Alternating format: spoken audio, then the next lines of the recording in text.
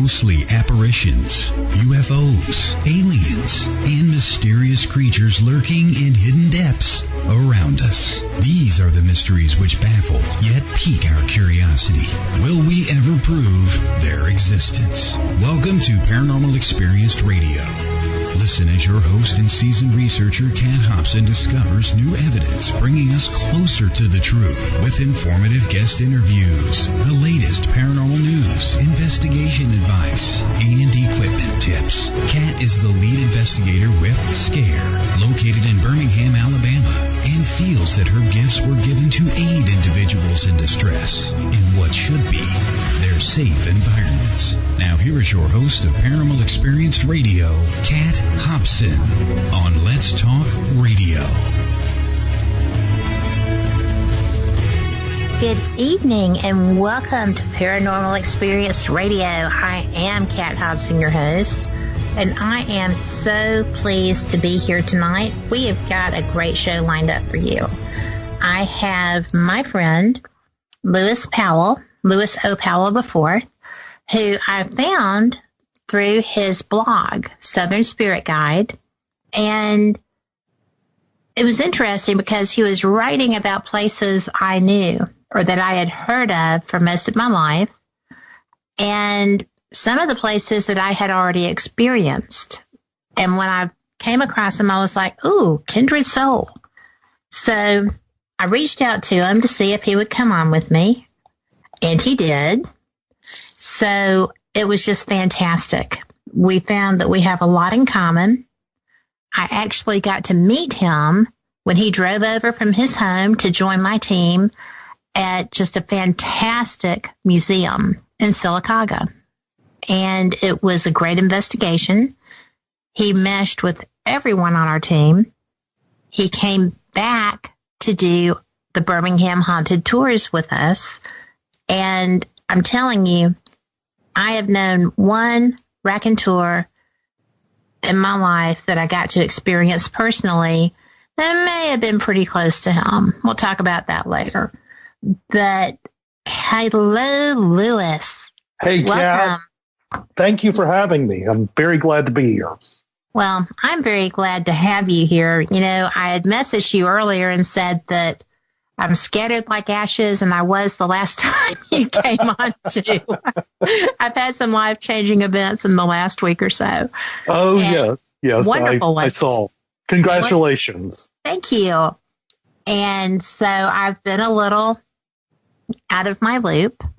Mm-hmm. And for those that don't know, because I have been screaming from the rooftops that I have a new grandson, and I've been playing a lot, and he went home from the hospital today, so if Aaron and Brittany are listening, I love you guys, and probably they're asleep because they have a 3-year-old too. But I am so appreciative of your patience with me and so excited to have you back on the program. Well, thank you very much. It's always a pleasure to sit and exchange ghost stories with like minds.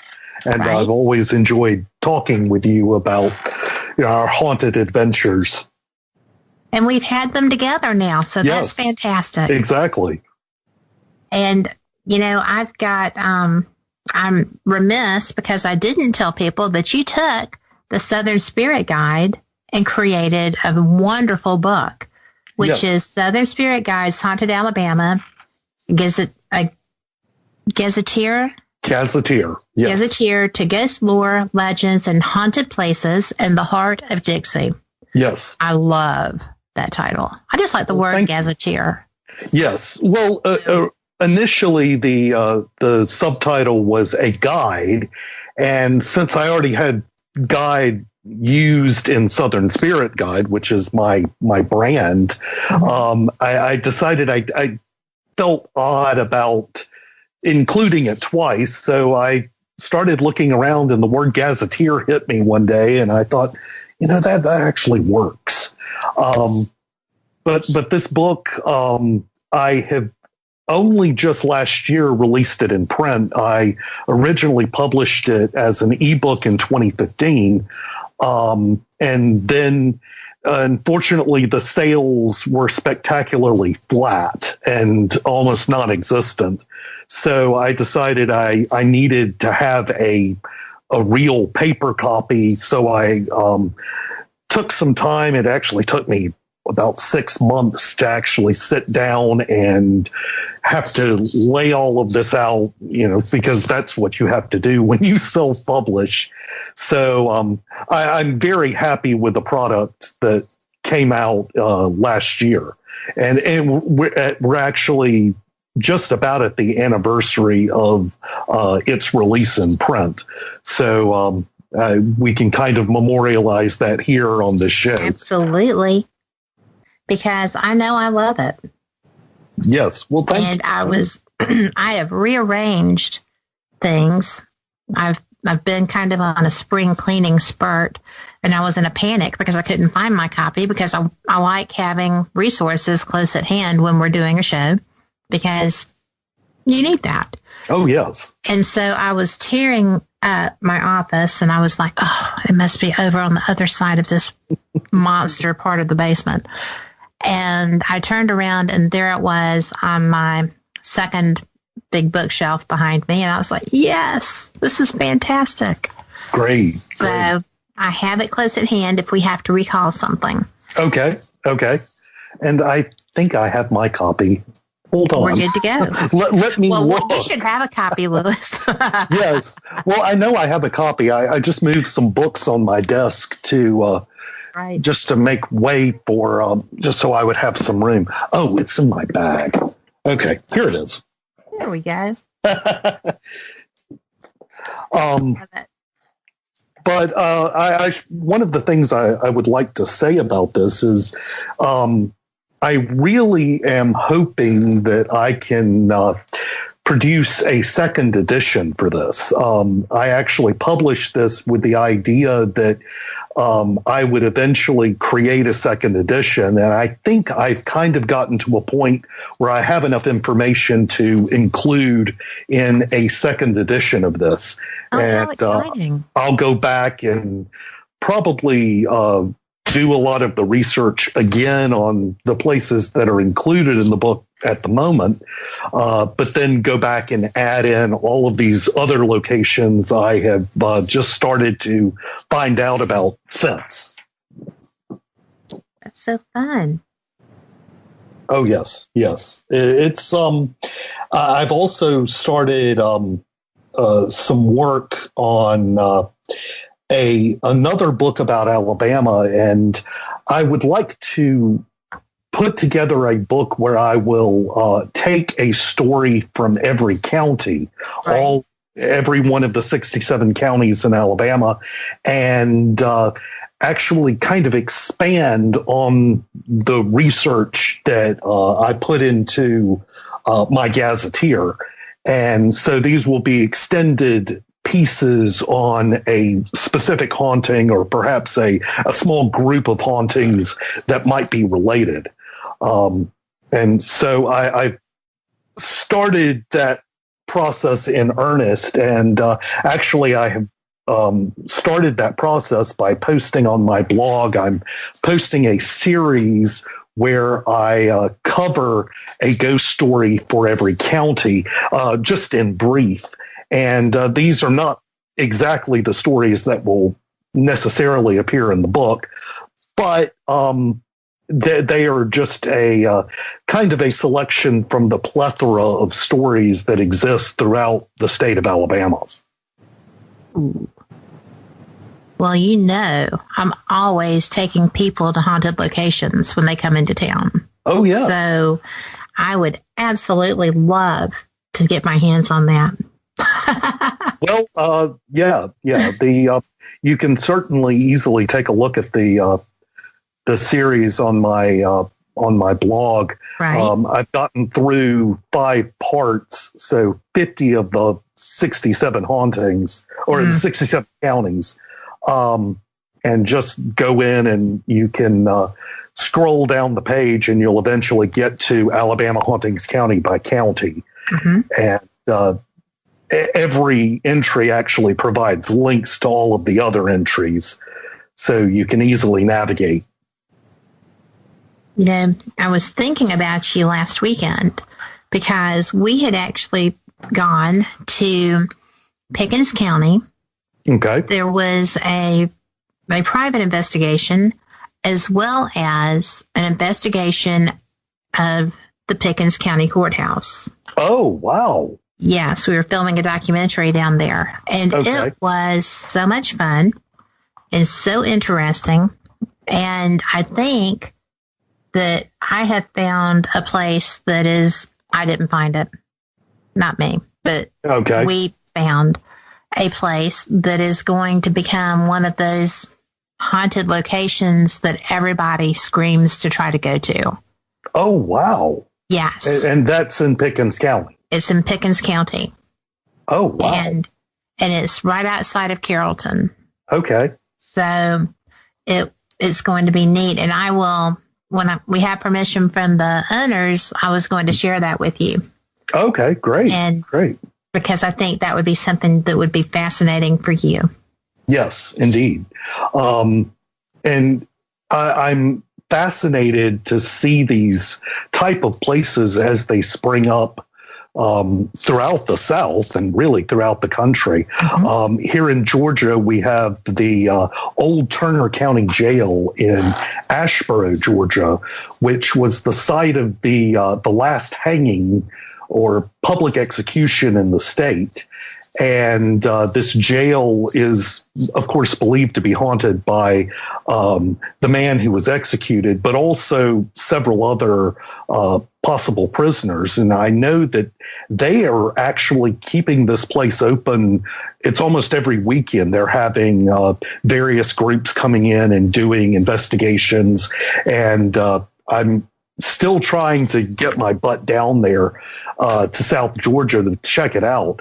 But there is that place. And then there's another place that a friend of mine, Alex Bobulinski, just investigating. That's the Benton Farm in Kentucky. I don't remember exactly where, but this is a piece of farm, a farmhouse and a piece of farmland that has been in the same family for generations. And the family, I think, is they have opened it up to paranormal investigators, and it's supposed to be pretty spectacular to investigate there. So I'm very excited to see these places as they're popping up throughout the South. Well, I'm just glad to see them popping up in the South because, as you know, I travel for the show, mm-hmm. and I know we have the locations here. Right. I see them. I experience them. Just going into residential cases, you see a lot of stuff. Certainly. And the South does not really advertise what is here.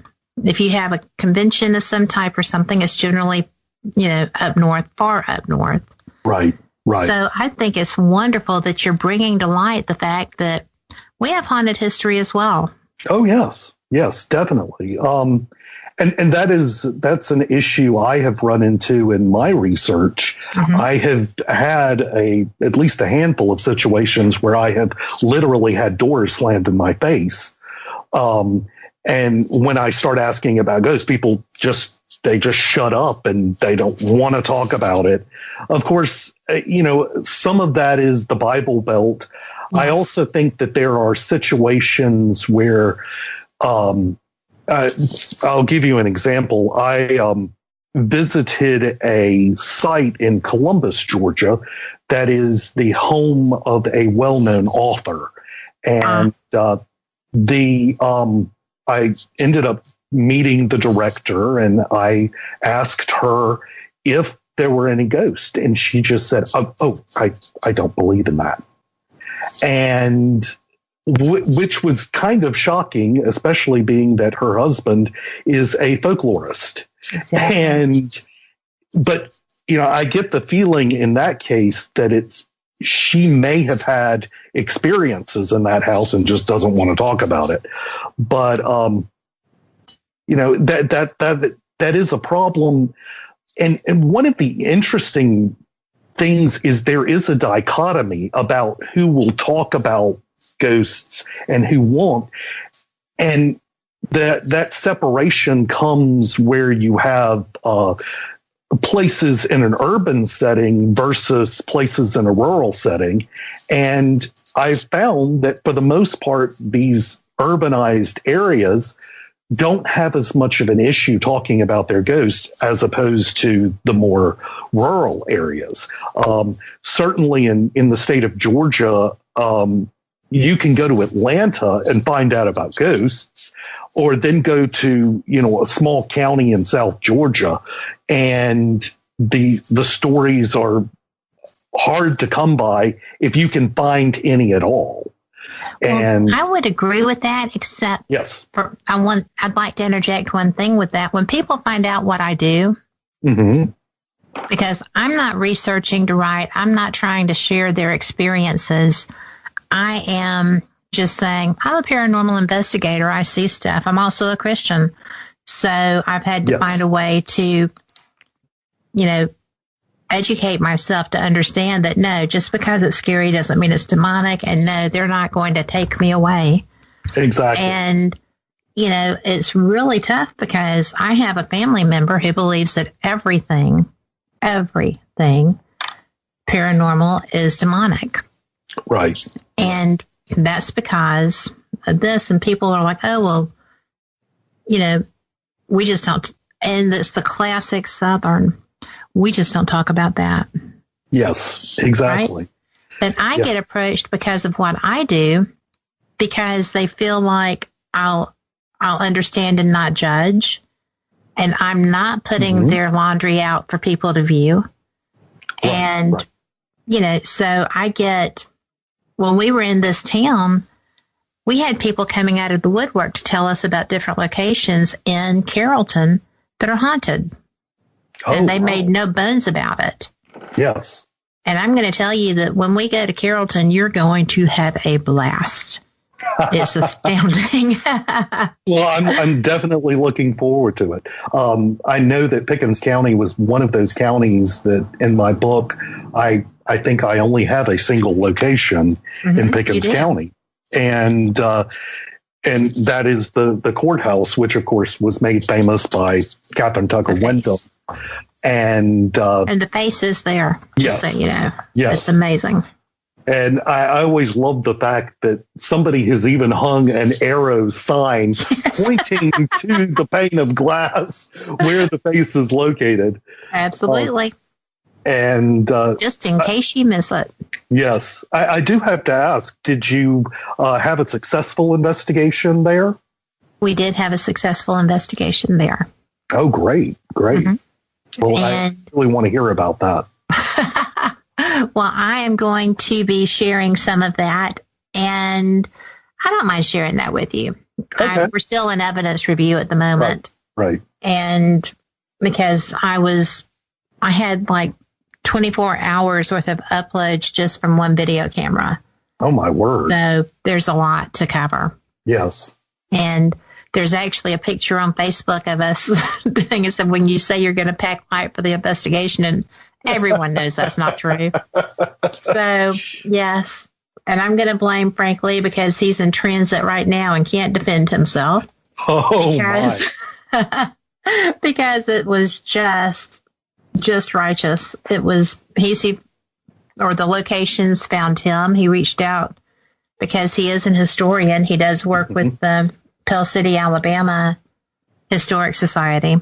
Okay. And so he has a great approach and attitude in dealing with these things in that area. Yes. So it's interesting. Well, I had a very interesting experience recently. Over Halloween, I was asked to be a part of a ghost walk here in my hometown of LaGrange, Georgia. And this was sponsored by the local historical society. And when I found out they were doing it, I contacted the person in charge, who was a friend of mine, and said, what ghost stories are you telling? And I'd be more than happy to help. And the response came back that, we don't believe there are any ghost stories in Troup County, and so we're just going to talk about creepy history. But But excitingly, at the very end, one of the people in charge approached me and she said, I understand you're into ghosts. Can we talk? And she said, we would really like to include some actual ghost stories on the tour coming up next year. So this year, hopefully we will have some actual ghost stories on this quote unquote ghost tour. Well, I would absolutely like to come and experience that. So you'll have to give me a heads up. Oh, indeed. Come on down. I will. And I'm going to let people know that we are just about to head into our first station break. And if you are not in chat, letstalkradio.net, you are missing out because there is a fantastic conversation happening now relevant to, do you think that demonic cases are on the rise because of the hype, or do you think there are just more demons these days? They were talking about different programs and people's reactions to them and such. So letstalkradio.net, hop on in there, start doing some chatting. The people are interesting. I love my chat rooms. So come on and join them, and we will be back right after this.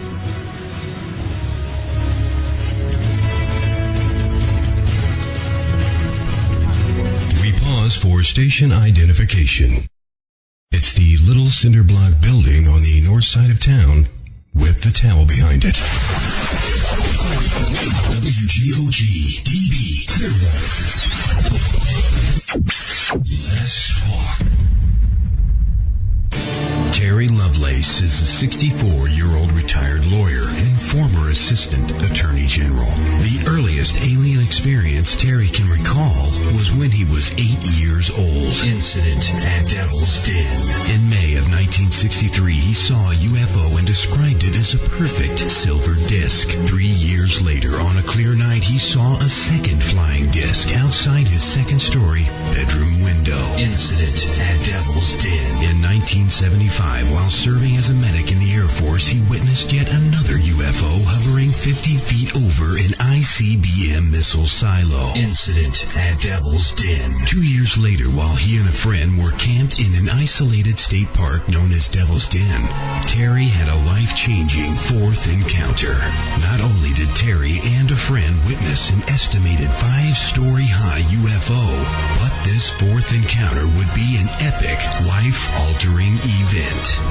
Incident at Devil's Den by Terry Lovelace. Digital download or paperback now available on Amazon. In 2012, Keith Linder, after successfully obtaining a management position at a prestige healthcare company, decides the time is right for him and his girlfriend to move in together. That's putting things lightly. Weird things begin to happen within days of moving into the modern suburban home. The horrors they witnessed and desperately tried to fight off would end up putting them at the odds with members of the paranormal community and themselves. This gripping story, told from the house occupants' point of view, not only lists tales, but also includes pictures, video reenactments, commentary, and audio of the events being reported.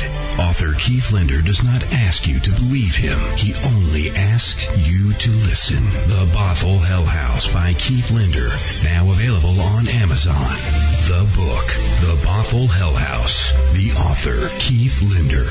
Order yours today on Amazon. While the other stations are run from high-rises in the city, we're programmed from a little bungalow on Windtree Drive. Let'sTalkRadio.net.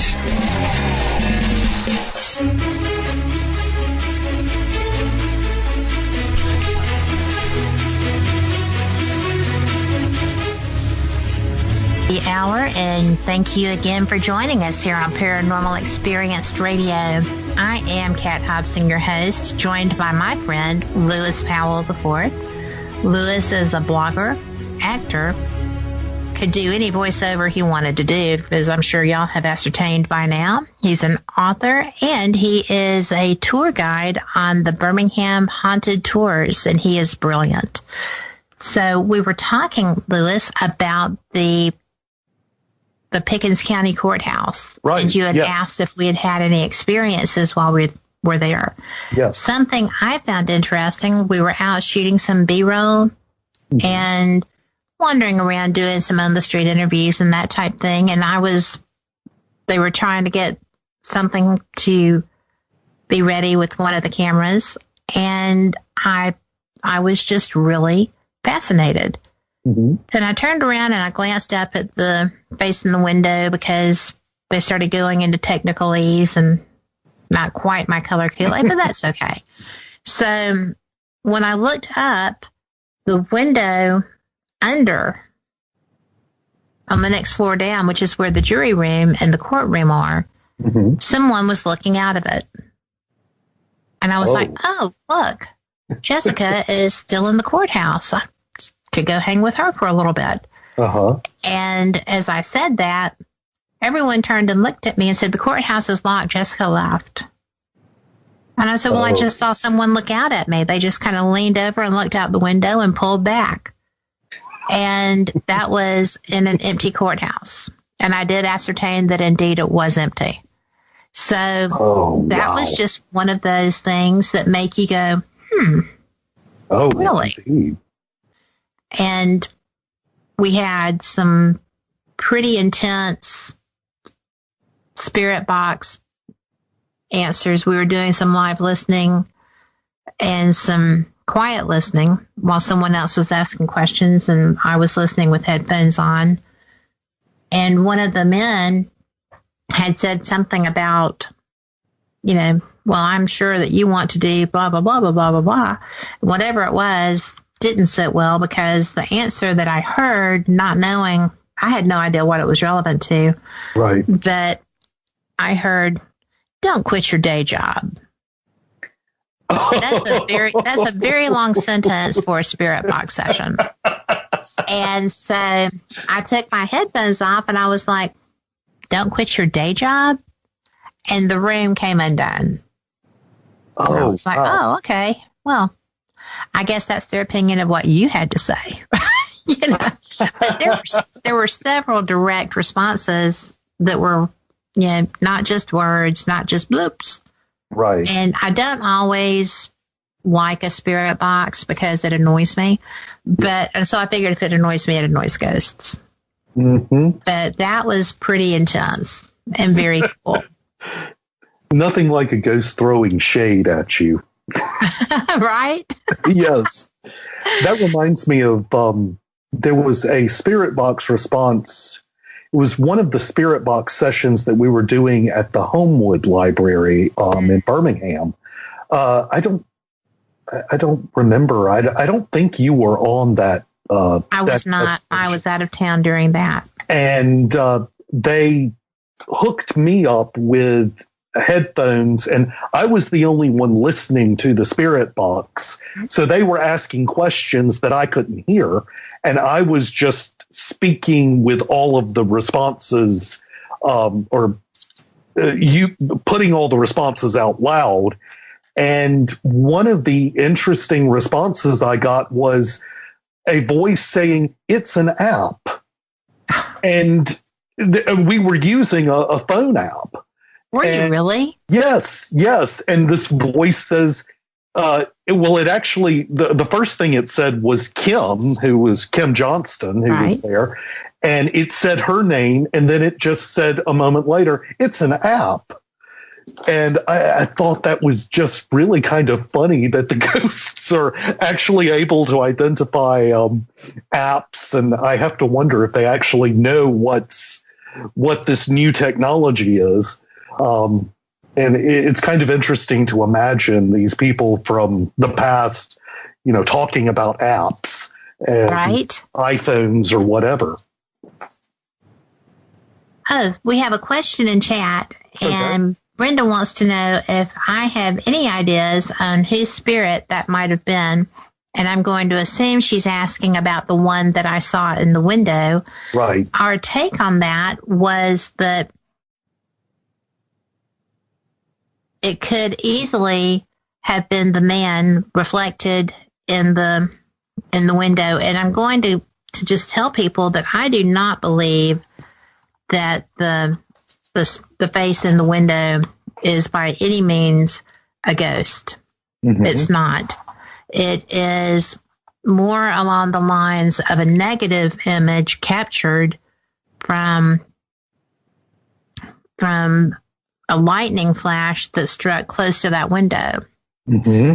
Because the face is almost like a caricature. Yes. But it's definitely there. It's a man with a hat. And if he were backing away from the window, that could have caused some of the elongation of the features. Mm-hmm. But it's just exactly like a film negative. And that is how they make those. So yes. it was something that just blew me away. And that's the only person I could think that it was, because he was tried, and the courthouse was burned down twice, and then it was rebuilt in the current incarnation, if I'm not mistaken. Yes. And he was the person who burned it down the second time. Yes. And he had just gone in to try to break into the safe, and singularly unsuccessful, might I add. Mm-hmm. And there you go. He was Henry Wells, and he did not die there. They did not go in and get him. The reason he was in the garret, though, is because the sheriffs were trying to hide him until the crowd dissipated to get him out of the courthouse, because he had been unkind. And I should point out that this story has various incarnations. Since entering legend, there has been a lot of historic research into exactly the identity of the man. And Henry Wells is one of the people it may have been. But there's also someone, and I mentioned this in my book, a man by the name of Nathaniel Price. Yes. Nathaniel Pierce, excuse me, who was evidently lynched right there, and he had there had been a murder that had taken place in the area, and he was taken by a mob, and of course given mob justice. And so there are questions as to exactly who this person is. I'm very interested to find out that the courthouse itself actually does have other paranormal activity besides just this image in the window.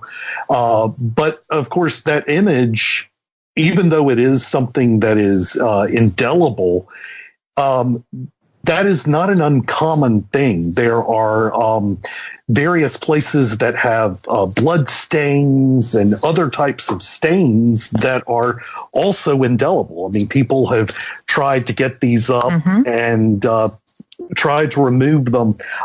There was a house I investigated in Tennessee, Spring Villa is not Spring Villa. It's in Spring Hill, Tennessee, Rippavilla Plantation. That's it. Yes. And how odd that I knew what you were talking about, because you had told me about that. Yes, about the location. And there is there's a blood stain there that that the house was used as a hospital around the time of the Battle of Spring Hill, which was actually fought on the property. And there are blood stains left over from the surgeries that were performed in the upstairs bedrooms. But later on, during the 20th century, the house was actually used as a brothel. And well, that's a whole different energy. Yes. They believed that during that time, the one of the young ladies working there may have been murdered, because it's one of the rooms at the back of the house upstairs has a huge blood stain right in the doorway, and the blood has actually been either splashed up on the walls, or else perhaps the body may have been set up against the wall and have left these blood stains. They have painted over these blood stains, or the blood stains on the walls, several times, but the blood still literally bleeds through. And the blood stain on the floor is, they have just left that there, and it's very obvious. And they believe it's a modern blood stain, because when the blood was fresh, you can see where someone walked through the blood with a pair of boots, and the boots have treads on them, which is something you only find in modern day. So it's a blood stain that they haven't been able to really cover up. And there are places like that throughout the South, really. Well, that's fascinating. I know that, when you said that, my thought goes back to Shakespearean times with out dim spot. Did they have something similar to that? And, we have people joining us listening, and I wanted to let them know that we do have a chat room, letstalkradio.net. And if you would like to join us, please do. We have interesting questions that are just popping right out of chat. And great. There's their own little conversations amongst each other, and it's a terrific thing. So please do. letstalkradio.net. And we have another question. Okay. And this one's actually from Brenda. And she wanted to know if it's not possible for these ghosts to be recently passed spirits. Well, certainly. I mean, there's always the possibility that spirits that have just passed, or people who have just passed, can come back in spirit. I'm reminded of a story a friend of mine told me. When her father had died, and she had one of her brother's girlfriends was staying at home, and the rest of the family was in the hospital at her father's bedside. So they're surrounding the bedside, and he does pass, and they said their goodbyes. And then when they returned home, they found this young lady sitting there she had turned on all of the lights in the house. Oh. And she was very upset. And when they walked in and asked her what happened, she said, I heard someone crying in the master bedroom. And she had heard the sound of a man sobbing. Oh. And my friend's father's spirit has actually come back quite frequently. And he comes back and, makes his presence known. He'll do just small things to mark, birthdays and anniversaries, and, just so that the family knows that he's back.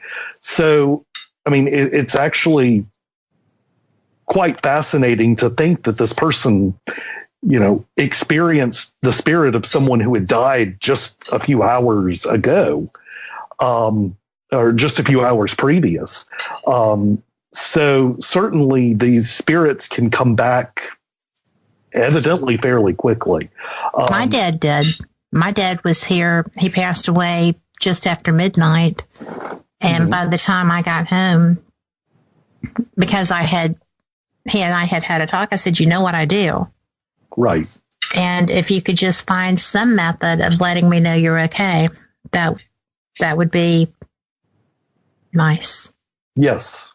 Yes. And I did not mean to bring that up, but I wanted to share that because yesterday was the 1 year anniversary of his passing.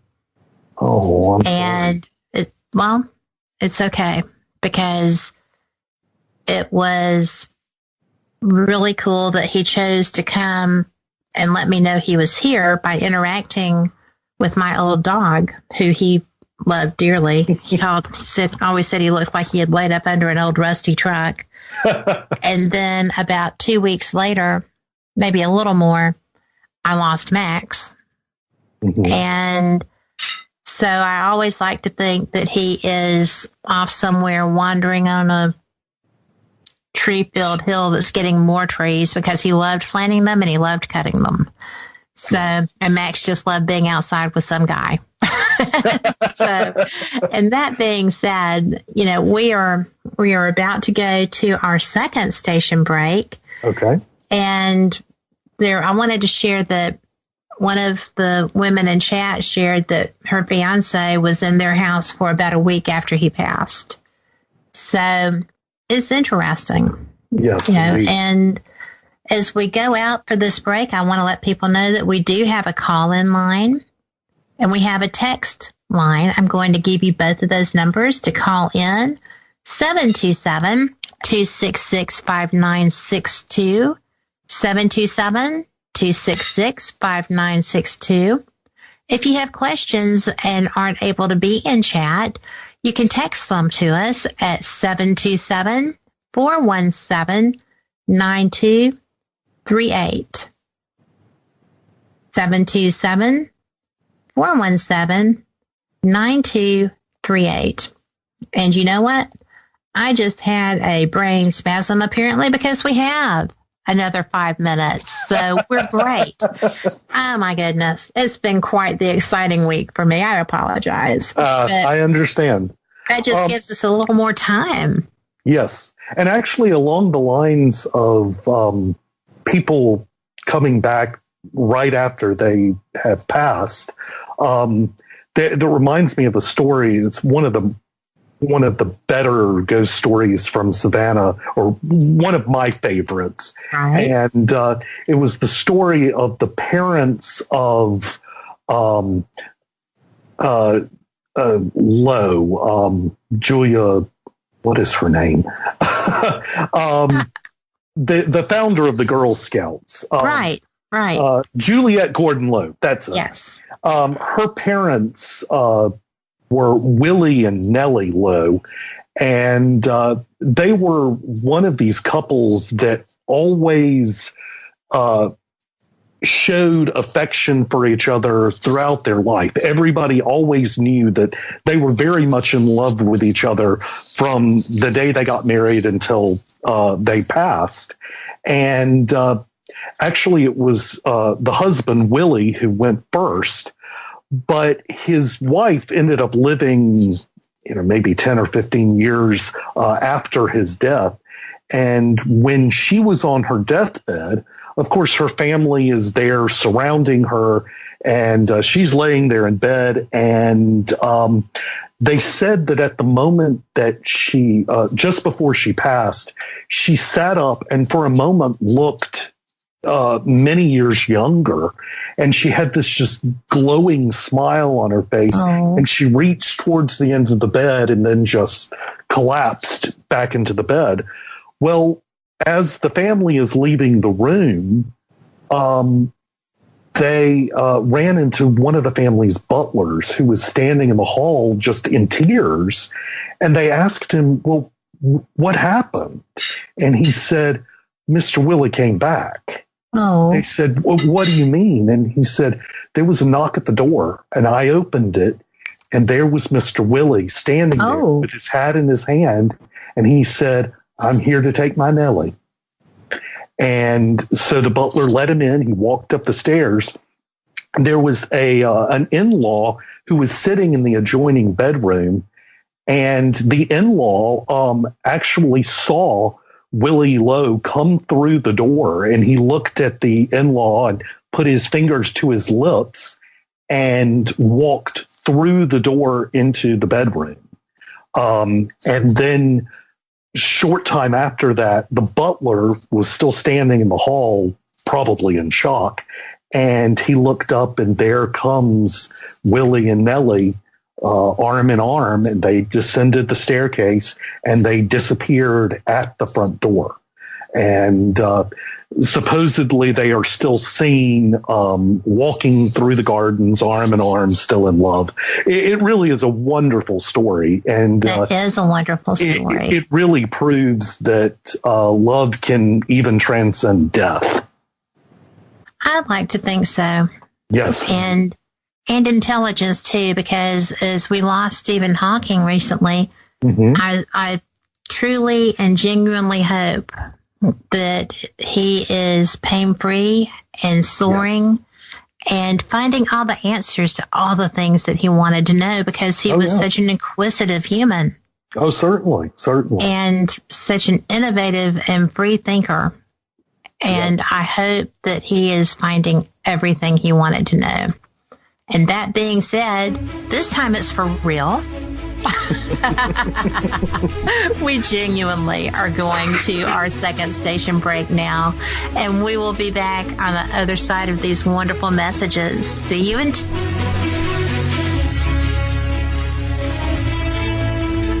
In a world of many voices, there's just one that needs to be heard. Yours. Join the conversation at letstalkradio.net.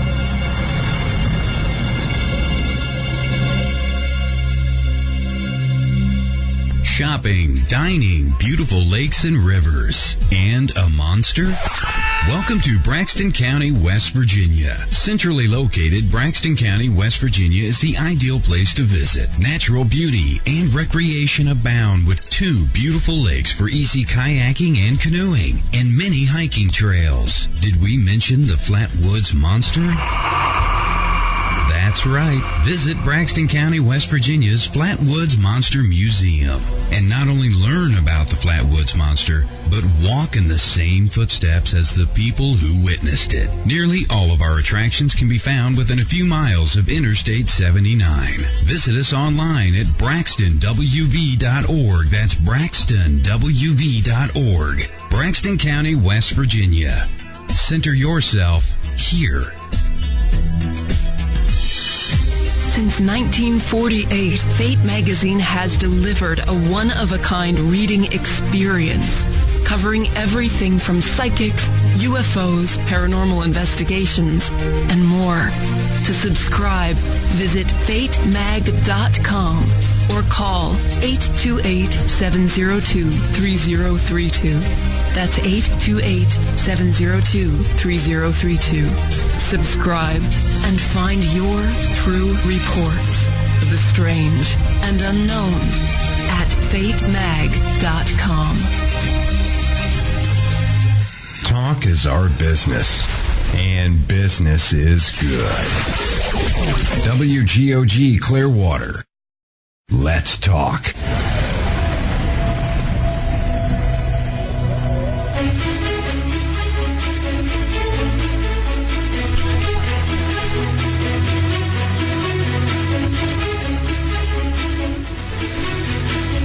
Minutes after the hour, and you are listening to Paranormal Experienced Radio. Thank you very much. My name is Kat Hobson. I am your host, and I am joined tonight by my friend Lewis Powell, who is just a brilliant person. Y'all are, I'm sure, loving everything he says. But he has written a wonderful book, Southern Spirit Guides, Haunted Alabama, a Gazetteer to ghost lore, legends, and haunted places in the Heart of Dixie. And we are having fun talking about how different things are haunted in this area. It's completely unusual, in my opinion, and also completely fun when you come across places that are neat. But Lewis, we were talking about people who come back, and someone in chat said that as a nurse, she has had some interesting experiences with patients, days or hours, and even minutes before they pass. And I would think that's after. Yes. I have a sister who is a nurse, and she usually doesn't deal, at least now, with patients who are dying or on their deathbed. But I remember she told me about an experience where she had a patient who did pass, and one of the strange things, she had gone into the patient's room sometime before the patient passed, and she discovered that the window was open, and so she closed the window, but when she went into the room, this was just a few minutes after the patient had passed, she discovered that the window was open, and no one else, to my knowledge, to her knowledge, had been in the room prior to that. So she really kind of thinks that, perhaps this patient was, their spirit was trying to get out, or perhaps something was trying to get in. But I've heard similar stories from other people who working in the nursing field, and that it's kind of scary, but it's also really kind of fascinating and eye-opening. No doubt. I've just spent a couple of days in a hospital, and I have experiences when I'm there. It's not something I think is unusual, but especially in an ER area, it just always seems that people are so shocked.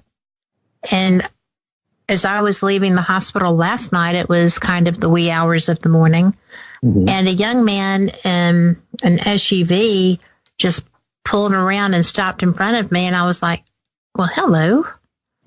And he was like, ICU, how do I get to the ICU? And I said, well, you'll have to go through the emergency room, but if you come around the circle and go and turn left, then you'll see where the emergency room is. That's where you have to go in after hours. Right. And he was in a panic, and I hope he made it. But I felt like there was somebody with him. So you don't know. Maybe they were just trying to get him there. But it's always interesting. That also makes me think of another story that one of my roommates told me. His grandmother was dying in a nursing home, and he and his mother went to essentially spend the last few minutes with her while she was alive. And while they were there visiting with his grandmother, he was there with his mother, and this gentleman just walks in the room and says, I just have this calling to come and pray with you, and can I pray with you? So the man prayed, and he prayed this just magnificent prayer. And it was a comfort to my roommate and his mother.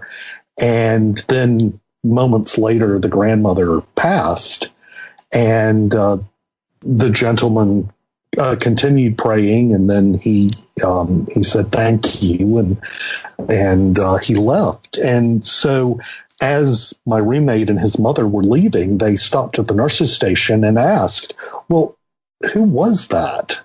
And the nurses said, nobody entered that room. And they even went and looked at the security video, and there was no one going in or out of that room at the time that that man had entered. So, and there's another story that I recently heard from a member of my own family when her grandmother was passing. There was this strange man that kind of showed up, and he said, I'm in seminary, and I haven't really dealt much with death. I would like to just sit here and be with your mother as she is passing.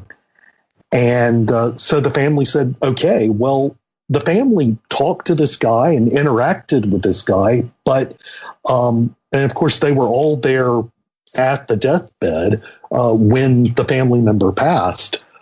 But and this strange man was also there, but just after the passing, he vanished.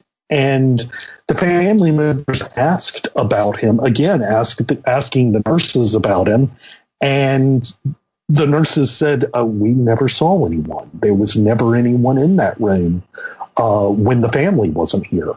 And so they had no explanation. That is wicked cool. Oh, yeah. Yeah. And to find that out about my own family is kind of interesting. I don't often hear ghost stories from my own family, but I was rather excited to hear that. That's, yeah. Yes. I get excited when it's someone that I absolutely trust. Mm-hmm. Because, you know, like I said, when people find out what I do, I start hearing everything that ever happened, from great Aunt Susie Lou to the guy down the street that still haunts the neighborhood. And, you know, it's a fascinating thing to me when it's someone. I'll give you an example. Just the other day, I had contacted, this is personal again, so excuse that, but I had contacted my stepmother, who does not believe in spirituality. Right. And we were talking about how she was and what was going on. And she said, you know, I've never dreamed about people that I've lost, you know, but I am always dreaming about your dad. And I said, really? I said, what kind of dreams? Well, just conversations. You know, we'll have a conversation. And I said, that's interesting. And I didn't say anything. I just let it go by. And as we were changing topics, I said, I do want to just go ahead and mention that people who do what I do would tend to think that those are actual conversations. So just something that you might want to ponder. I'm not saying anything to, you know, add woo-woo to the factor or, you know, as a factor or anything like that. But it's not unusual for that to happen, especially when it is a couple who is as in sync and involved with each other as y'all have always been. Yes. So don't discard that just out of hand. It's just something to ponder. And that's all I have to say about that. And she just said,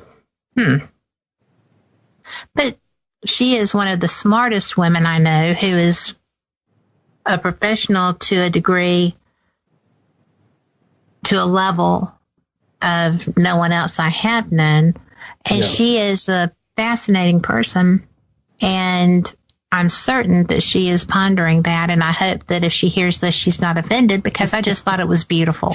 Oh, yes. Yes. So, yeah, to me, that's an infallible source. Yes, indeed. Indeed. And I think something else that is very interesting, I've had several people that I have known in life who have passed, and then there are now ghost stories being told about them. In particular, I worked with a gentleman in a summer theater in North Carolina, and this guy had served as the props master at this theater for many, many years. And unfortunately, I think it was about a year or two after I finished my run in that show, that he passed away on the operating table during I think it was a routine surgery, and he stopped breathing and his heart stopped beating. But I have heard, since I've been back, I have actually heard a number of stories told specifically about him. In one case, there was a stage manager who had gone up there, and this was a stage manager who had known this man, and she was living in the cabin with her husband, who was a production manager, and they had a young son.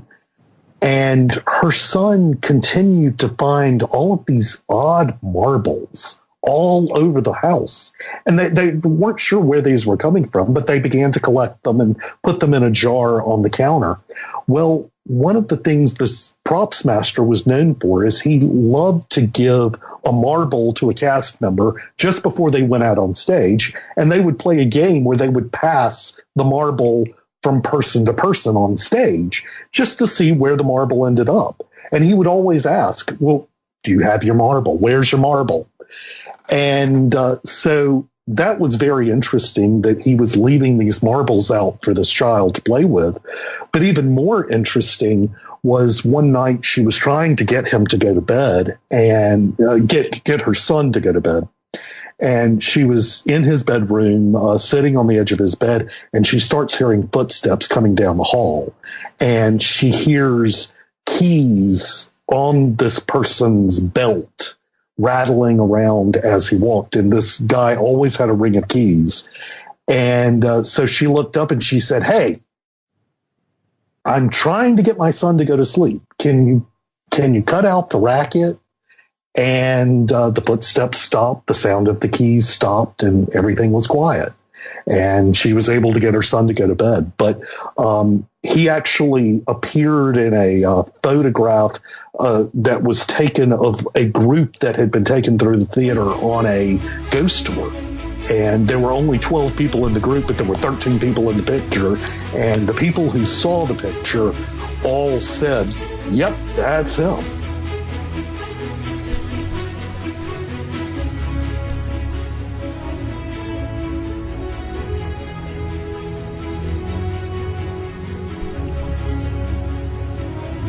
On that note, here we go to our break. That was brilliant. Thank you.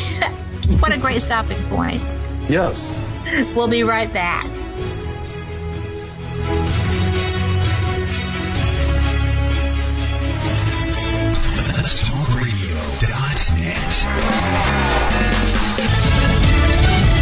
President Trump making more changes. I'm Rich Dennison, Fox News.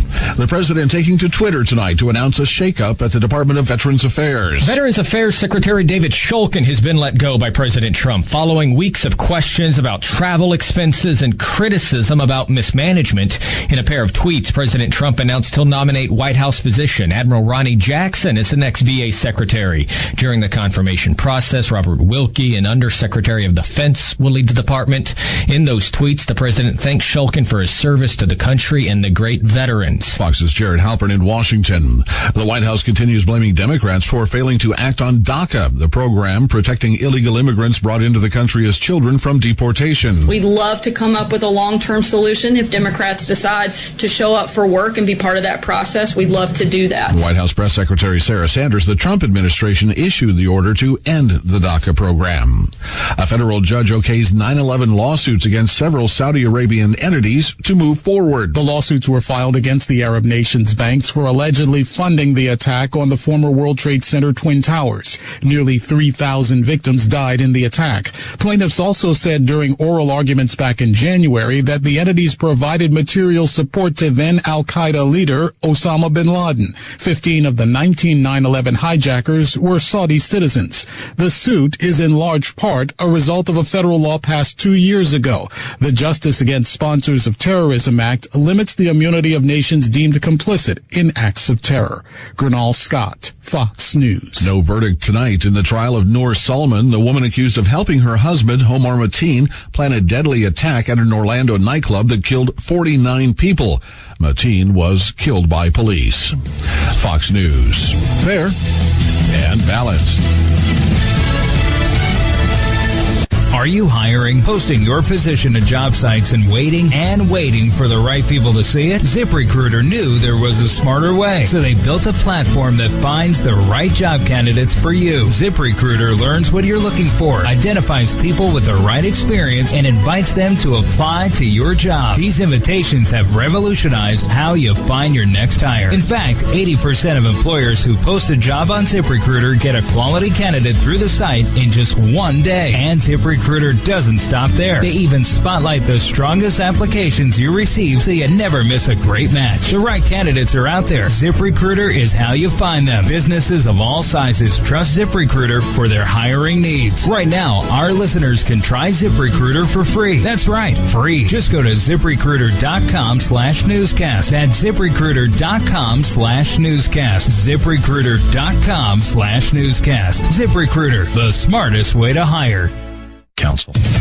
An illegal immigrant escapes from custody at New York's JFK International Airport. Call it a case of the Keystone Cops, immigration and customs enforcement agents losing a man from custody at JFK Airport Tuesday night. The illegal immigrant giving ICE the slip by taking advantage of being uncuffed to go through security and taking off. Where'd he go? Surveillance video shows he did what many New Yorkers do. He hopped into a taxi and got out of Dodge. His whereabouts unknown, his background Senegalese. First entering the U.S. legally in 2005, but violating a statute status over multiple weapons and firearms offenses. He was last seen wearing jeans and sneakers and a black or purple shirt.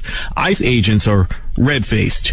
Derek Dennis, Fox News. Ecuador's government is cutting off internet access for WikiLeaks founder Julian Assange. As part of an agreement between Assange and the Ecuadorian government, he is not permitted to send any messages that could interfere with the nation's relations with other countries. Assange has been living in Ecuador's embassy in London for more than 5 years. An investigation into a Tesla crash in California. The driver of the Tesla Model X crashed head-on into a Route 101 safety barrier last Friday in Mountain View. The SUV ripped apart and caught fire. The driver was killed. Federal investigators will look at the ill-fated Model X's semi-self-driving autopilot feature and battery in their search for a cause. Tesla, in a statement, says that owners have driven the same stretch about 85,000 times on autopilot and that the crash cushion on the barrier was not replaced following a previous crash. Jeff Manasso, Fox News. A Kentucky man placed over 3,300 orders from Amazon with gift card codes stolen from a protected database. Thomas Taylor agreed to a plea deal this week requiring him to sell his home, liquidate his retirement plans, mutual funds, and bank accounts to cover the more than $492,000 worth of purchases. I'm Rich Dennison, Fox News Radio. If you call other talk stations, all you get is, "Hello, we're sorry, but no one is available to answer your call at this time." But at Let's Talk Radio, we're here for the best talk, news, and information 24 hours a day. Hear it here first or find out about the alien invasion tomorrow from someone else. Depend on us. Let'sTalkRadio.net.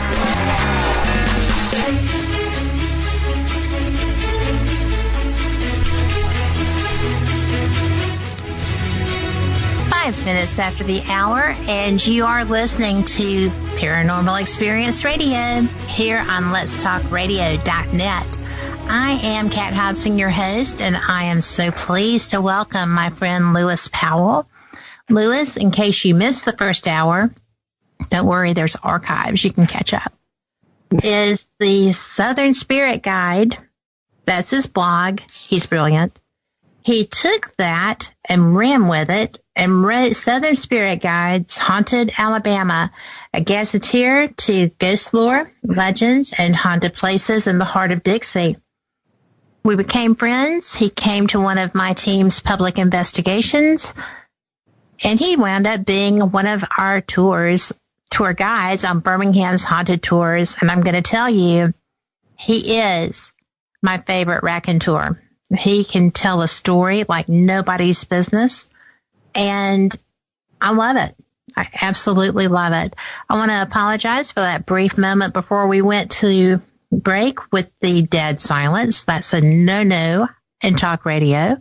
But when you're dealing with the paranormal and you're doing live radio, you will find that sometimes things happen, and that's twice that has happened on the air. So with that being said, we hope that our spiritual guest is finished. And we are going to roll right along.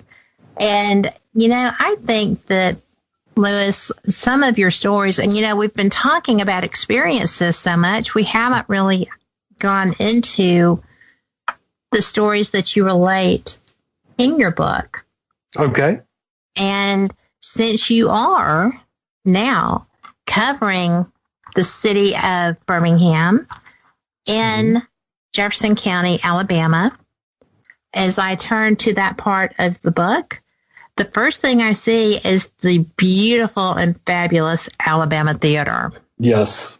So the theater was built right around 1929, if I'm correct, or opened in 1929. Mm-hmm. And it was opened as as mostly a theater for film.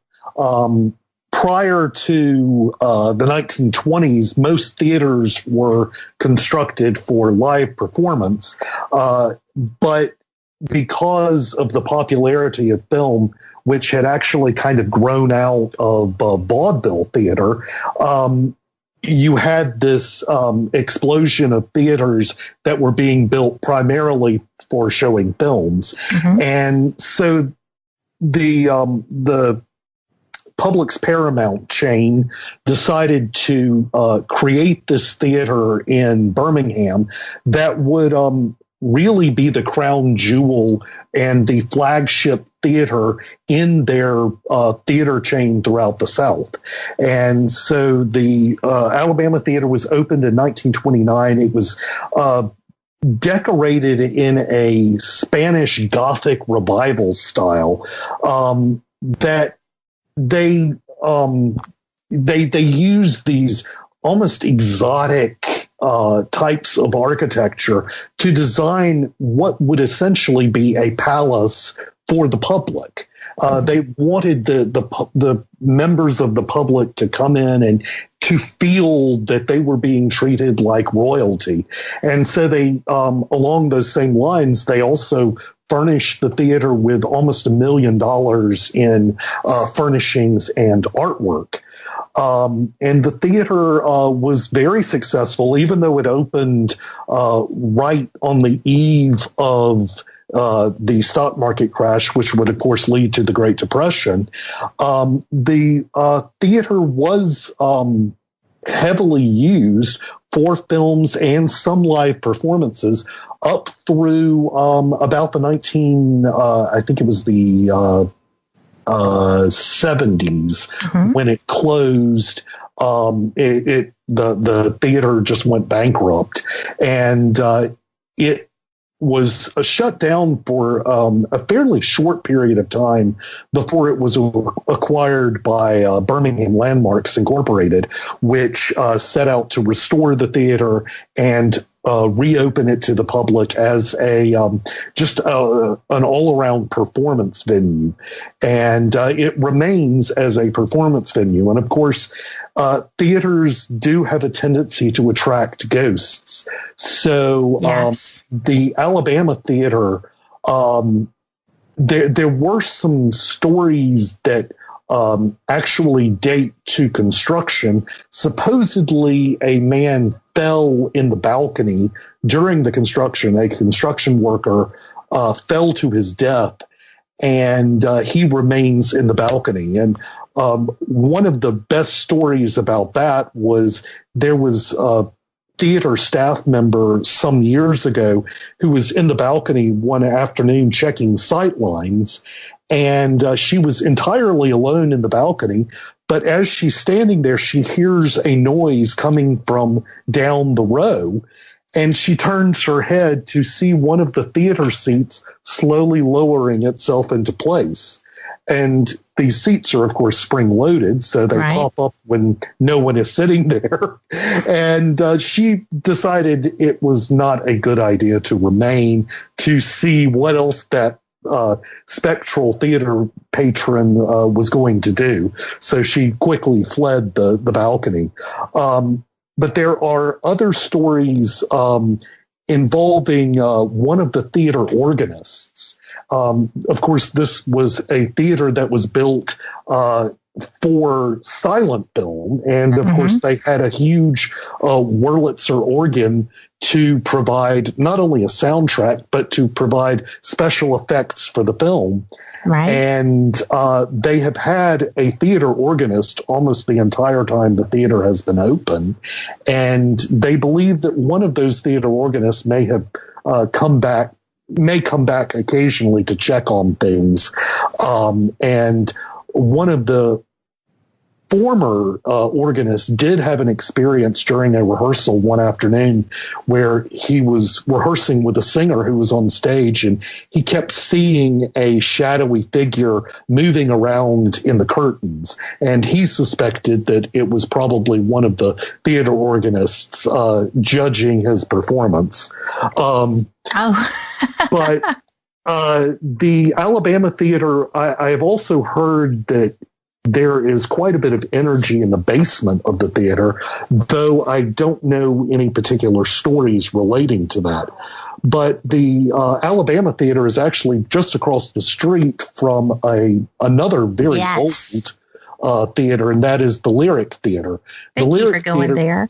Yes, the Lyric Theater was built in 1915 as a vaudeville house. And for those of you who aren't familiar with vaudeville was the primary form of live entertainment in America between about 1880 and 1930. And a vaudeville performance would consist of 12 to 14 unrelated acts. So anything that could be put on stage and performed for an audience, people would do that. And so you might go to a vaudeville show and you would see musicians, you might see actors and actresses performing short plays, comedians, dancers, acrobats, animal acts, magicians, athletes, all types of people of various performing genres that made appearances on stage. And many of these people would also go on to become some of our great film actors. I mean, everyone from Judy Garland to Cary Grant. All of these people started their careers in vaudeville. Vaudeville actually is very instrumental in the development of American comedy. You can watch a sitcom nowadays and actually find quotes that come from old vaudeville scripts. But anyhow, the Lyric Theater was opened as a vaudeville theater, and it was part of the Keith vaudeville circuit, which was the top-rated circuit in America. The Keith circuit had theaters in most American cities at that time, and the Keith Lyric Theater was opened really as a it was the best of the vaudeville houses in Birmingham. And so they got the best performers to come through there. They had people like the Marx Brothers, Gene Autry, and Buster Keaton all performed. Well, and Mae West. Yes, Mae West as well. She was naughty. Yes. And the story of the theater actually does get a bit naughty. After the Alabama Theater opened across the street, the Lyric Theater, which had also been showing films at this time, ended up becoming a second-run movie house and existed as a second-run movie house until around the 1950s. And it was in the 50s that the theater did shut down. It was later reopened in the 70s as an adult theater.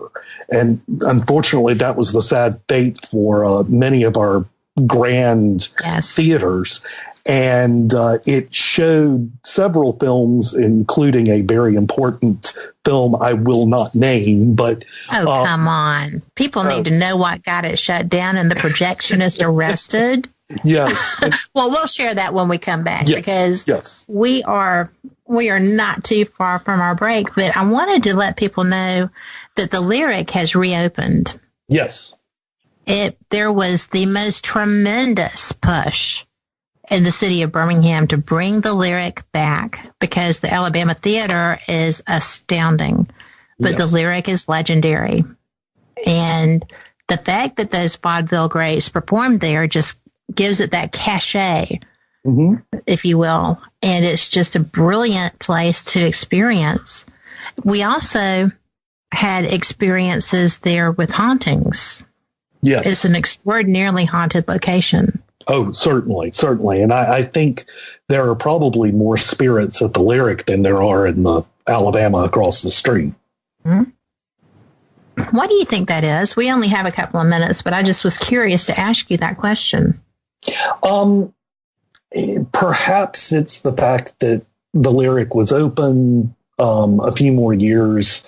I guess that would be 14 years before the Alabama was opened.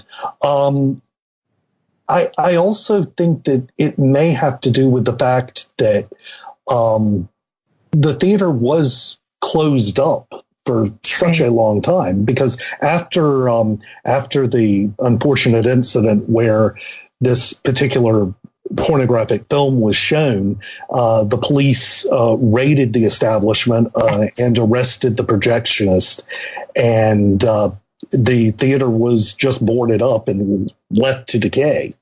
And,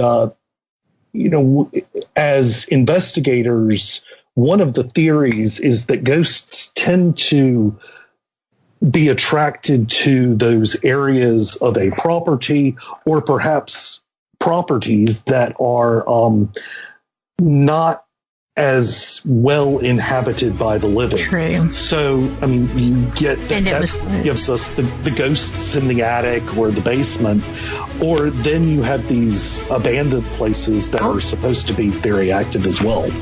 Well, I hear our music starting for our station break, and I will just say that it was a very deep movie with throaty voices. And we'll be back after this break.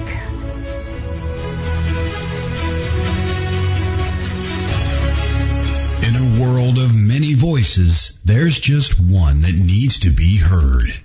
Yours. Join the conversation at letstalkradio.net.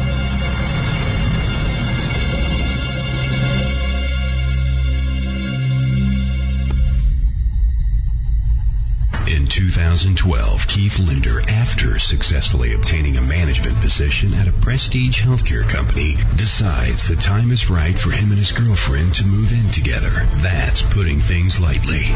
Weird things begin to happen within days of moving into the modern suburban home. The horrors they witnessed and desperately tried to fight off would end up putting them at the odds with members of the paranormal community and themselves. This gripping story, told from the house occupant's point of view, not only lists tales, but also includes pictures, video reenactments, commentary, and audio of the events being reported. Author Keith Linder does not ask you to believe him. He only asks you to listen. The Bothell Hell House by Keith Linder, now available on Amazon. The book, The Bothell Hell House. The author, Keith Linder. Order yours today on Amazon.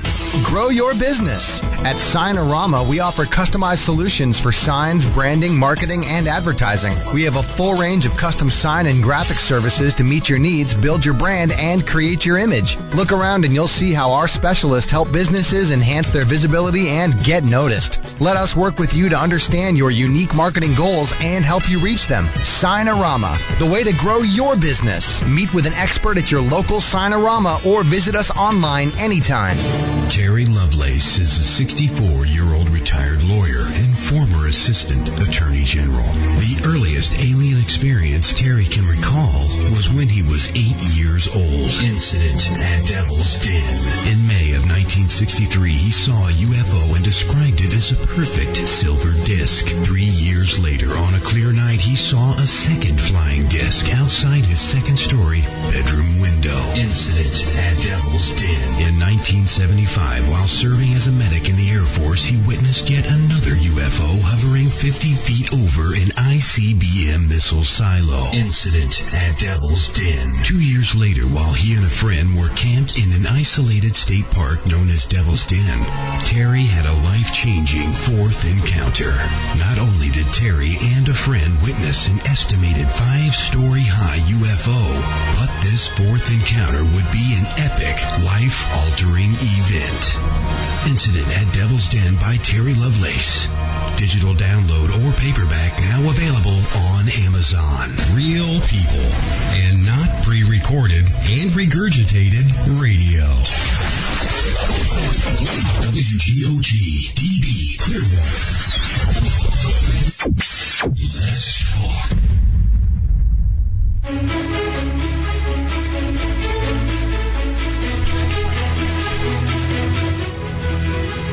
23 minutes after the hour, and you are back with Paranormal Experience Radio. I'm Kat Hobson. I'm your host, and I'm joined by Lewis Powell IV, who is one of my favorite people to discuss these things with. He is my favorite blogger by far. Yeah, I'd say so, Lewis. Oh, well, thank you. I think that certainly on this topic, you are just brilliant, and your research is impeccable. Thank you. That's my favorite thing. You do not just go off half-cocked with these things. You are quite the researcher. Exactly. Because why do it if you're not going to do it right? Right. And unfortunately, this is a topic that people don't always, list their sources. And I mean, I've even had people call me on the carpet and say, this is not how it is. And I make sure I always list my sources so I can point to those sources and say, well, this is what it is according to these sources. Right.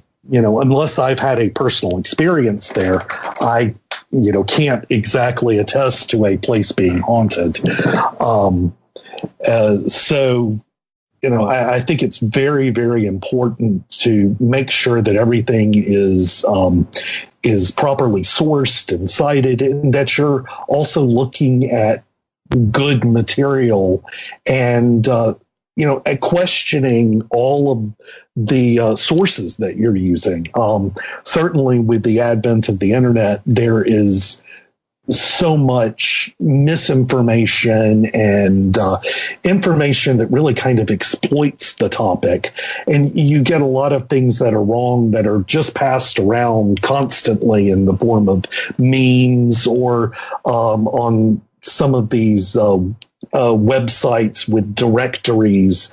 I put that in air quotes of haunted places. And, most of these websites are not trustworthy, and it's because they are user submitted.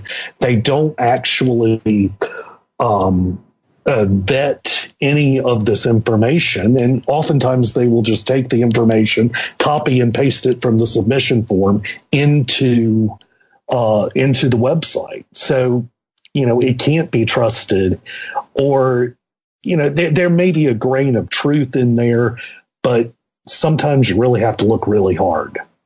Yes. And you do. And another thing that I have found is you get so many of these haunted places that have started kind of playing up their stories. I hate to call anybody out, but you have a place like Waverly Hills Sanitarium, which I don't doubt is haunted and is quite active from everything that I know.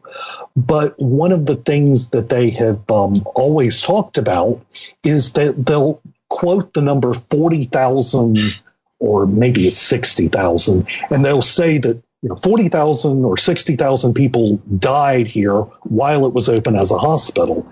And I personally know people who are looking into that topic and have actually tried to put a real number on that.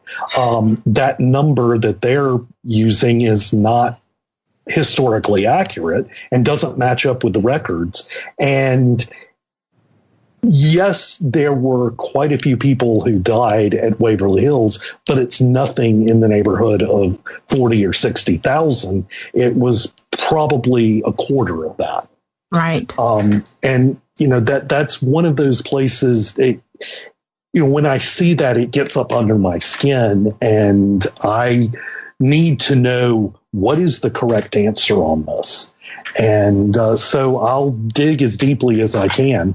And I always hate to find out, especially that I have written about something and find out that story that's not accurate, that's not trustworthy. And I will certainly, in those cases, go back and correct what I have written and basically say, I made a mistake. But I think it's very important to trust your sources and to use trustworthy sources. And you also have to kind of question everything that you come across. Yes. Very, very much like the Pickens County Courthouse story. There are all of these stories floating around, and you have to figure out well, which is supported by the historic record, which is not, and which one can we use, especially if you're investigating and trying to really find an answer. You're not going to find an answer with misinformation. Right. That's one of the things that I get frustrated with too, because if you're just going to be jumping to conclusions without documentation, whether it's an historical record or evidence from a credible source, or somebody, there are multiple individual representations of what happened. Yes, indeed. And they all jive. Yes. You can't just go randomly amok. And, you mentioned Waverly, but I wanted to move to a location in Birmingham that my team was the only team allowed in overnight. And I would almost venture to say that we were the only team ever allowed in at night, because shortly after that, the hospital was already closed and abandoned. Yes. And it was really becoming a hazard, I think. And since then, the windows are being busted out, and it's illogical because people who are homeless were sheltering there illegally, but sheltering there. And now the windows are busted out, so there's not really shelter any longer. Right. Which is illogical. So, but that would be Caraway Hospital. And I was born there. Oh, wow. So, right. And my son-in-law's dad was one of the original crew of doctors, right there. And he went out and had a Caraway clinic in an outskirt suburb of Birmingham when he left the hospital to be closer to home. And I have personal experiences and evidence from there. It's where I caught my first shadow figure on film. It is where I saw a person who was not there. It was supposed to be Shane. Wow. Shane had called us and asked us to come up, and it wasn't Shane.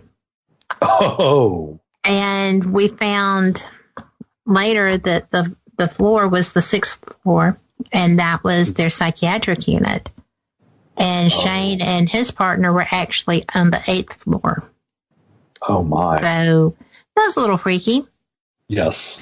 So, but it was a really wonderfully haunted location, and I got a spirit box answer. I would have given anything to have been live listening at that point, or silent listening, because I asked a question and got a response, and I have always felt guilty that I didn't hear him, because I had asked if anyone, if most of the people there had heart attacks, because I was in the ER triage area. Right. And an older gentleman's voice said, "No, they shot me."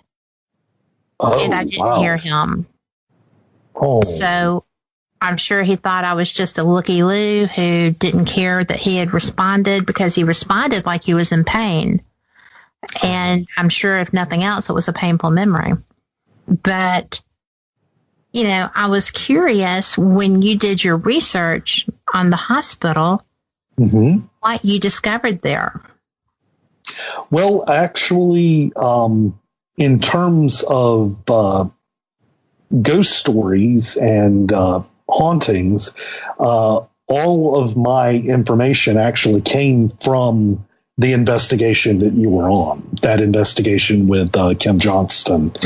And I actually quote her in my book, saying that the ER had a palpable heaviness. And then also there was the experience of hearing muffled voices in the cardiac surgery area, and evidently y'all called the police They came and did a walkthrough to make sure that we truly were there alone. Right. And that's actually an experience I hear about from, of course, numerous paranormal investigation groups, that they have to contact the police because they realize that they think that they're not exactly alone. And of course, the police show up and in general don't find anything. And were you on the investigation where Kim investigated the Thomas Jefferson Tower? I was not at Thomas Jefferson. I believe that was pre-me with them. Okay. Because Kim investigated the Thomas Jefferson Tower, which is an old hotel in Birmingham that has very recently been converted into apartments. Mm-hmm. And Kim was able to get into the building before the conversion, and they had so much activity that they actually began to think they weren't alone. So they called the police. Of course, the police came in and looked around and didn't find anything. But that was another situation where this abandoned building had been taken over by homeless people. Mm-hmm. And in fact, one of the spirits may be there was a homeless woman who died there, and I think it was in a fire. I've been researching this recently, and I did come across articles regarding a fire there, and I believe this young woman died in the fire. Mm-hmm. But there were it was a suspected love triangle. There were two homeless men fighting over this woman, and in the end, the poor woman ended up losing her life. But the hotel, of course, now apartments, does have quite a bit of activity even today, and I'm thankful for the managers of the Thomas Jefferson Tower who actually called the Haunted Birmingham tour and have provided us with all of this really wonderful information regarding the experiences people had in the building while it was under construction, but also experiences from current residents. On my most recent tour, we actually had a couple who lived in the Thomas Jefferson Tower, and I just asked, have you had any experiences? And they said, well, most of the apartments on our floor have not been restored. And we know that because the old doors are still in place. As they're restoring the apartments, they're replacing the doors. And we are located right next door to an apartment that is unrestored. And we're regularly hearing footsteps and all types of odd noise coming from that apartment. And in fact, somehow they were able to see that the lights were on at one point in that apartment. And, to their knowledge, nobody has been in the unrestored apartment, and there was no reason for anyone to be in that apartment. Right. But we had a rather funny story where one of the residents, or a group of residents, had taken to using these ghost detector apps that you can download onto your phone. God knows how they actually work, or if they actually are truthful in what they're finding. Right. But this particular resident had a ghost detector app, and she went to bed and left it on. And she was awakened in the middle of the night by the app telling her that there was someone standing at the foot of her bed. She couldn't see or sense that there was anything there, but afterwards she was so freaked out she immediately deleted the app. And though she has had some other activity in her apartment that she has actually experienced, mm-hmm. And that includes she will smell cigarette and cigar smoke. Right. I've had that experience. It's very odd. Right. And she actually is she lives in the apartment that was once occupied by Alabama head coach Bear Bryant, who had a private suite in the hotel there for when he came to Birmingham to play games at Legion Field. And, which was frequently at that time because they didn't have the Bryant-Denny. Yes. And so they think that perhaps maybe Bear Bryant may be coming back to say hello, or maybe trying to continue his watch over Alabama football. But, well, the only thing he's got here is the SEC Museum. They don't play here anymore. Right. But, I imagine he is probably still watching over them in spirit. I have no doubt. Because, I imagine that it was hard to see his record broken by Saban, too. I'm putting sure, that out there. Yeah. Well, I can't. Changed. I can't talk much about football. I'm one of those people who doesn't really affect me. So, well, I grew up with my uncle playing for Auburn, so I grew up living and breathing SEC football. Unfortunately, I was raised a Georgia Bulldogs fan. So, well, that's okay. I lived there for a while too, and it's just fun to say, "How about them dogs?" Oh yeah. I can do it really Southern too. It's a lot of fun. Oh yeah, that was one of the first things I was taught to say as a small child was "hunker down, dogs." Yep, isn't that funny? Yes, we are so SEC raised. Oh, indeed. I should also say that both the University of Alabama and University of Georgia both have fairly haunted campuses. Yes, they do. Of course, I included more than a handful of buildings on the Alabama campus in my book, and even since I took a tour last Halloween of the Auburn University campus and discovered that there are almost as many haunted places at Auburn University as there are at University of Alabama. Well, one of the best ones burned down. It was where, if you were lucky, you could get a room to stay during the football season after a game. And my mother and son and I stayed there shortly before it burned to the ground. It was the old Tallahassee Inn. Yes. And I had the most extreme experience there. Mm-hmm. It was fascinating. I remember you told me about that. What was the experience exactly? Oh, well, they wouldn't let my son stay in our room, which had plenty of room for that. So I had to get this 11-year-old his own room down the hall. But my mother, by the time we got there, it was so late and we got in bed. Someone sat on the edge of my bed, and I thought my mother had gotten up to use the restroom and come back to bed and got in on the wrong side. So I put my foot back to kind of move over to give her room to lay down, and my mother was behind me.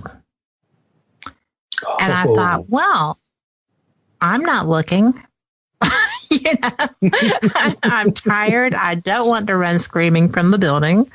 But the next morning when I got up to go get my son, there was a beautiful piano right in the center of the upstairs area where the guest rooms were. My son was at the far end of the floor from me. And I walked down through there. You would hear the piano play itself at night. Well, when I got down the hall to Aaron's room, I was knocking on the door and I felt something. I turned around and there was a heat shimmer coming down the hallway toward me. And it was not a pleasant entity. Yeah. That's one of the things that I can do is ascertain intent. Right. And I was just kind of like, really? And it looked like the film Young Frankenstein.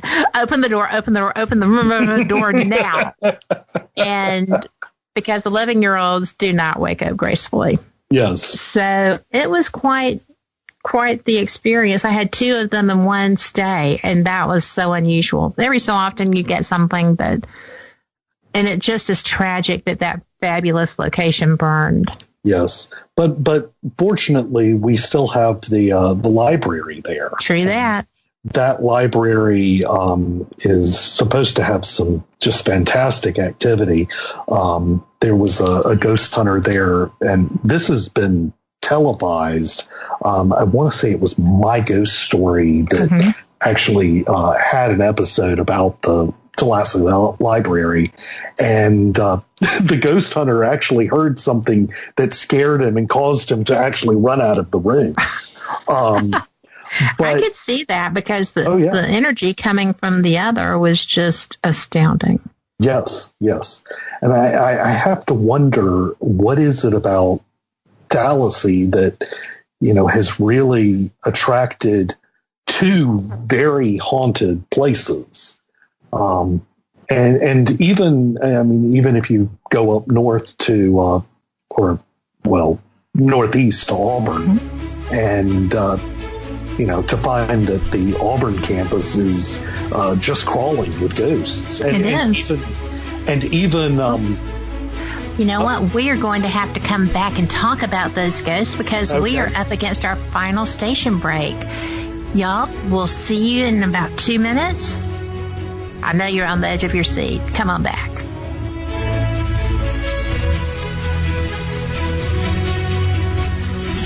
Of course, we didn't invent great sound. We perfected it. WGOG Digital Broadcasting. Let's talk. If you've ever wondered what your dog, cat, bird, or any other animal is thinking or trying to tell you, now's the time to crack their code. Make this year the year you learn telepathic animal communication and begin using the intuitive and psychic abilities we all have to connect with other species. The free website Speak Good Human is the perfect place to start. Speak Good Human is the internet's largest free animal communication practice site. It features tips, advice, how-tos, and more than 100 animals ready to help you practice and build your skills through telepathic conversation. And each February and August, you can join the thousands of other learners worldwide for the Animal Communication Practice Challenge, when you'll get daily encouragement, inspiration, and camaraderie as you pursue your dream of talking with animals. Get in on the conversation at www.talktoanimals.weebly.com. That's talktoanimals.weebly.com. Or Google Speak Good Human. Not only will your companion animals thank you, but you'll finally be able to hear it. Haunted, a psychic story by author and radio host Ariel Grace. This is not your average book of hauntings. Haunted, a psychic story is written from a psychic perspective and contains true stories and some handy tips. Written in 3 parts, Haunted, a Psychic Story contains chilling adventures, advice from the archangels, and helpful tips used by Ariel Grace to clear haunted homes around the globe. Haunted, a Psychic Story is available on Amazon, or you can download straight to your Kindle. Haunted, a Psychic Story by Ariel Grace. Get your copy today.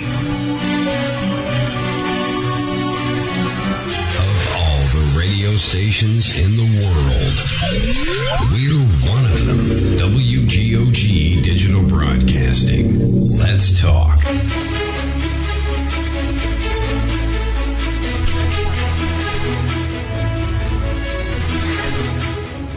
47 minutes after the hour. Welcome back to Paranormal Experienced Radio.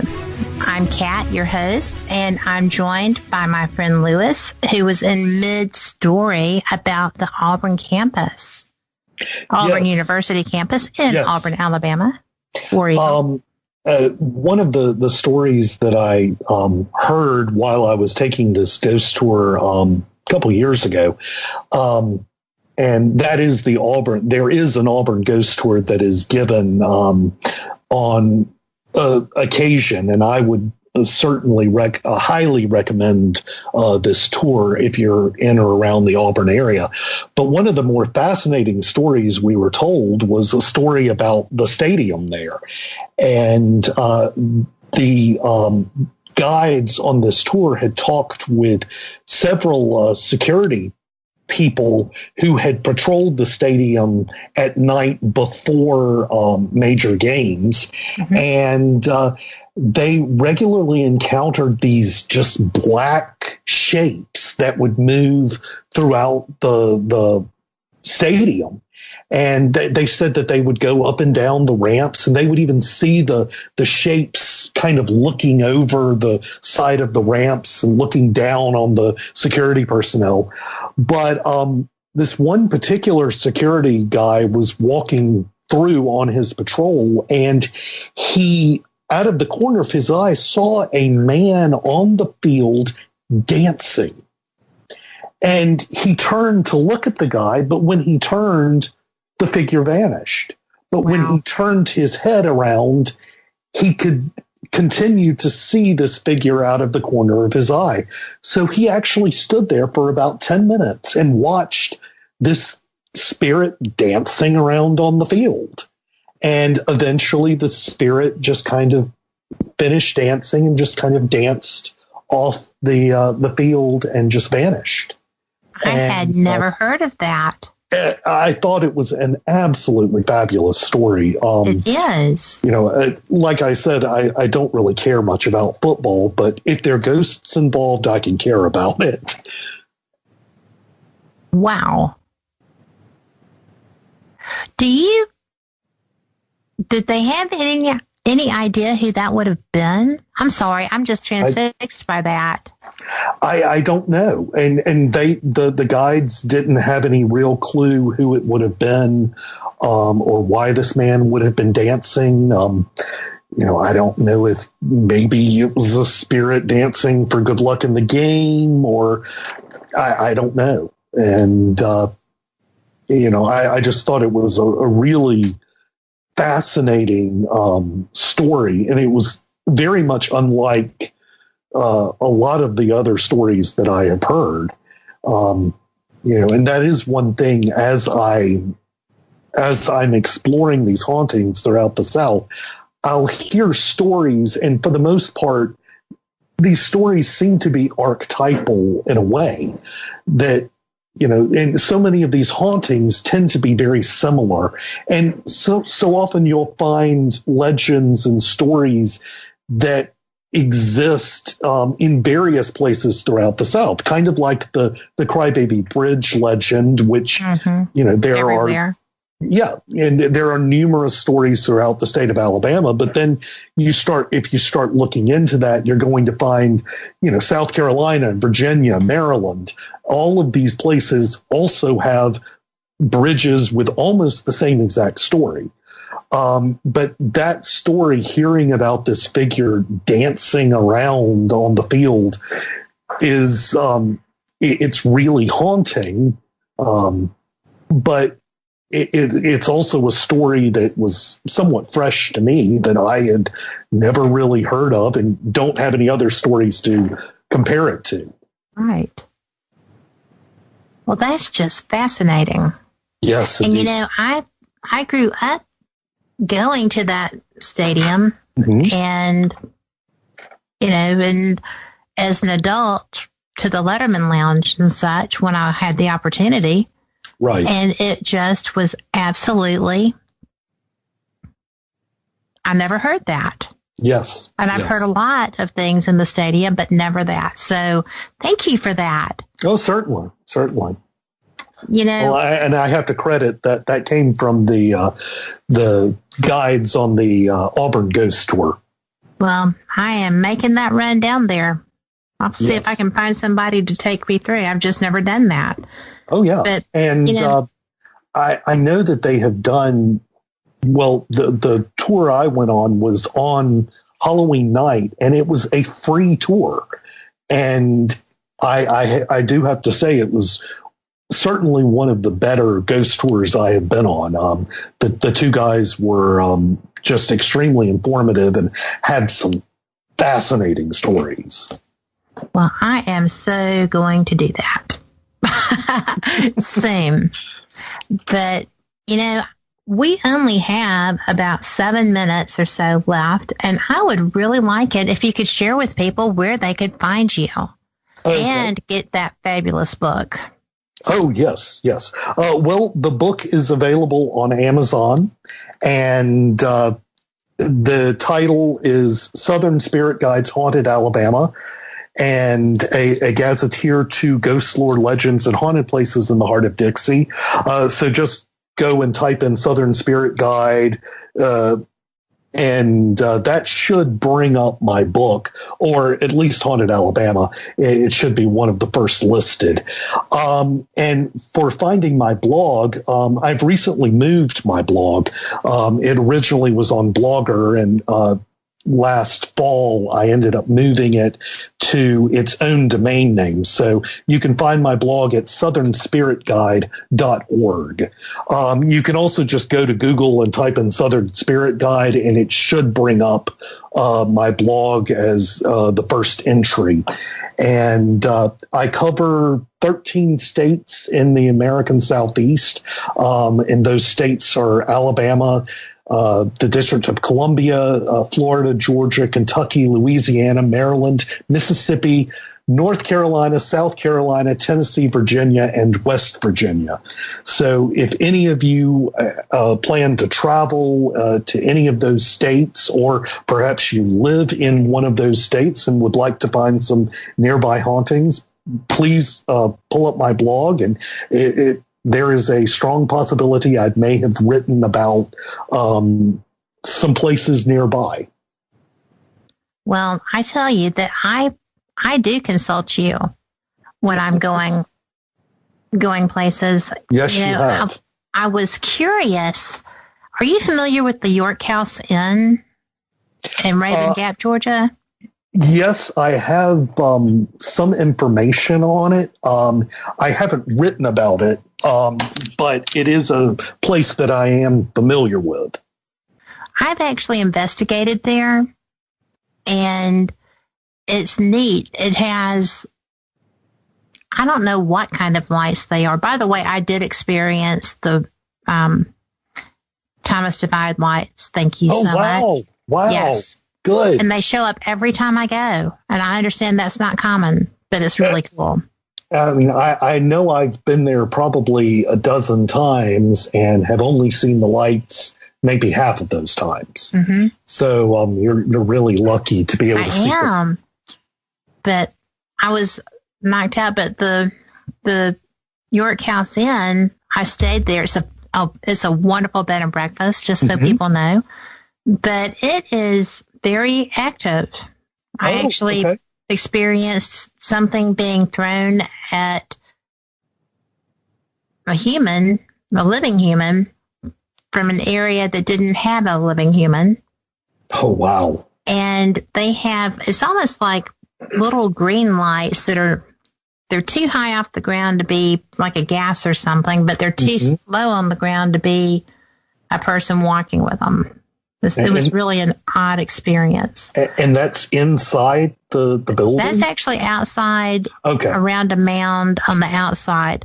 The inside was active when we were downstairs in the dining room and sitting area. You could hear people walking around in my room.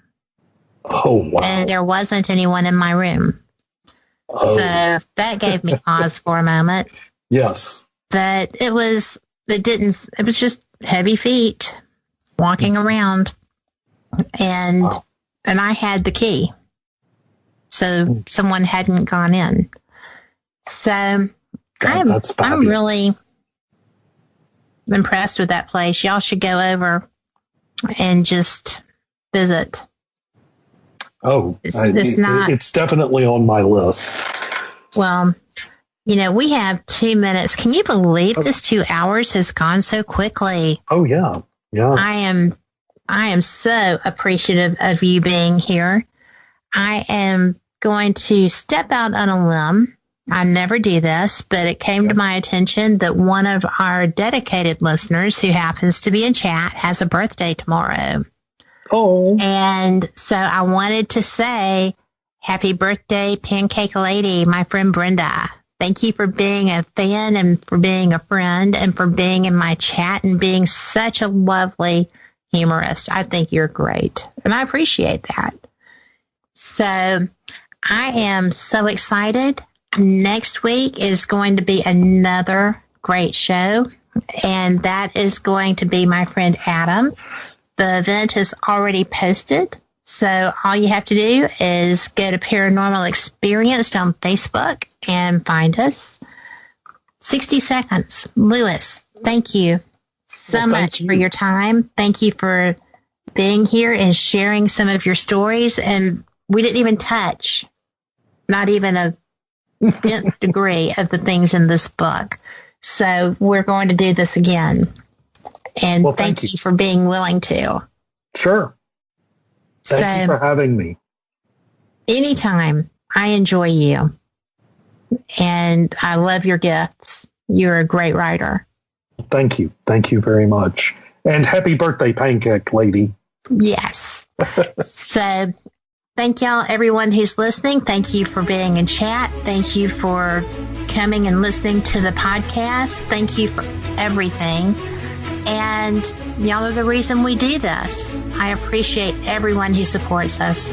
So that being said, you will catch us again next week. Same cat time, same cat channel. Thanks. Y'all have a great week.